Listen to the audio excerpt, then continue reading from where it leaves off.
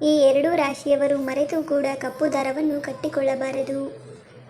ಬಹುತೇಕ ಜನರು ತಮ್ಮ ಮಣಿಕಟ್ಟಿಗೆ ಅಥವಾ ಕಾಲಿಗೆ ಕಪ್ಪು ದಾರವನ್ನು ಕಟ್ಟಿಕೊಳ್ಳುತ್ತಾರೆ.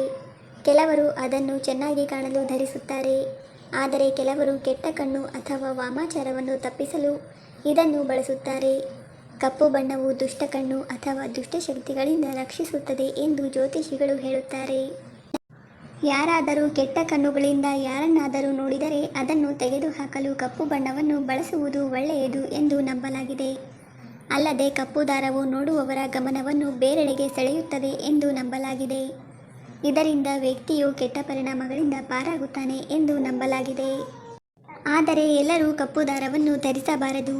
ಜ್ಯೋತಿಷ್ಯ ಶಾಸ್ತ್ರದ ಪ್ರಕಾರ ಒಟ್ಟು 2 ರಾಶಿಯ ಜನರು ಕಪ್ಪು ದಾರವನ್ನು ಧರಿಸಬಾರದು. ಯಾವ ರಾಶಿಯ ಜನರು ಕಪ್ಪು ದಾರವನ್ನು ಧರಿಸಬಾರದು ಮತ್ತು ಯಾಕೆ ಧರಿಸಬಾರದು, ಇದರ ಹಿಂದಿನ ಮುಖ್ಯ ಕಾರಣವನ್ನು ಮುಂದೆ ತಿಳಿಯಿರಿ. ಮೇಷರಾಶಿ. ಜ್ಯೋತಿಷ್ಯ ಶಾಸ್ತ್ರದ ಪ್ರಕಾರ ಮೇಷರಾಶಿಯ ಅಧಿಪತಿ ಮಂಗಳ. ಮಂಗಳನಿಗೆ ಕಪ್ಪು ಬಣ್ಣ ಇಷ್ಟವಿಲ್ಲ. ಅಂತಹ ಪರಿಸ್ಥಿತಿಯಲ್ಲಿ ಈ ರಾಶಿ ಚಕ್ರದ ಜನರು ಕಪ್ಪು ದಾರವನ್ನು ಕಟ್ಟಿದರೆ ಅವರು ಜೀವನದಲ್ಲಿ ಸಮಸ್ಯೆಗಳನ್ನು ಎದುರಿಸುತ್ತಾರೆ ಎಂದು ಶಾಸ್ತ್ರಗಳು ಹೇಳುತ್ತವೆ. ಮನಸ್ಸಿನಲ್ಲಿ ಚಂಚಲತೆ, ಖಿನ್ನರಾಗುವುದು ಮುಂತಾದ ಸಮಸ್ಯೆಗಳನ್ನು ಎದುರಿಸಬೇಕಾಗುತ್ತದೆ. ಈ ಕಾರಣದಿಂದ ಮೇಷರಾಶಿಯವರು ಕಪ್ಪು ದಾರವನ್ನು ಧರಿಸಬಾರದು. ಮೇಷರಾಶಿಯವರಿಗೆ ಕೆಂಪು ಬಣ್ಣವನ್ನು ಬಳಸುವುದು ತುಂಬಾ ಶುಭ. ಇನ್ನು ವೃಶ್ಚಿಕ ರಾಶಿ. ವೃಶ್ಚಿಕ ರಾಶಿಯ ಆಡಳಿತ ಗ್ರಹವು ಮಂಗಳ. ಈ ರಾಶಿಯವರಿಗೆ ಕಪ್ಪು ಬಣ್ಣದ ಬಳಕೆ ತುಂಬ ಅಶುಭ. ಜ್ಯೋತಿಷ್ಯ ಶಾಸ್ತ್ರದ ಪ್ರಕಾರ ವೃಶ್ಚಿಕ ರಾಶಿಯ ಜನರು ಕಪ್ಪು ದಾರವನ್ನು ಕಟ್ಟಿದರೆ ಮಂಗಳ ದೇವನಿಗೆ ಕೋಪ ಬರುತ್ತದೆ. ಇದು ಜೀವನದ ಮೇಲೆ ನೇರ ಪರಿಣಾಮ ಬೀರುತ್ತದೆ.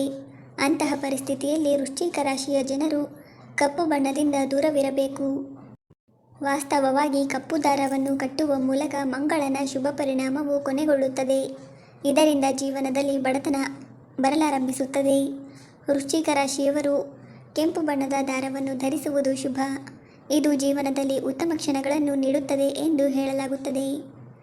ಯಾವ ರಾಶಿ ಚಕ್ರದ ಜನರು ಕಪ್ಪು ದಾರವನ್ನು ಕಟ್ಟುತ್ತಾರೆ? ತುಲಾ ಮತ್ತು ಕುಂಭ ರಾಶಿಯವರಿಗೆ ಕಪ್ಪು ದಾರವನ್ನು ಧರಿಸುವುದು ಶುಭ. ಏಕೆಂದರೆ ಶನಿಯು ಕುಂಭ ಮತ್ತು ತುಲಾ ರಾಶಿಯ ಮೇಲೆ ಪ್ರಭಾವ ಬೀರುತ್ತದೆ.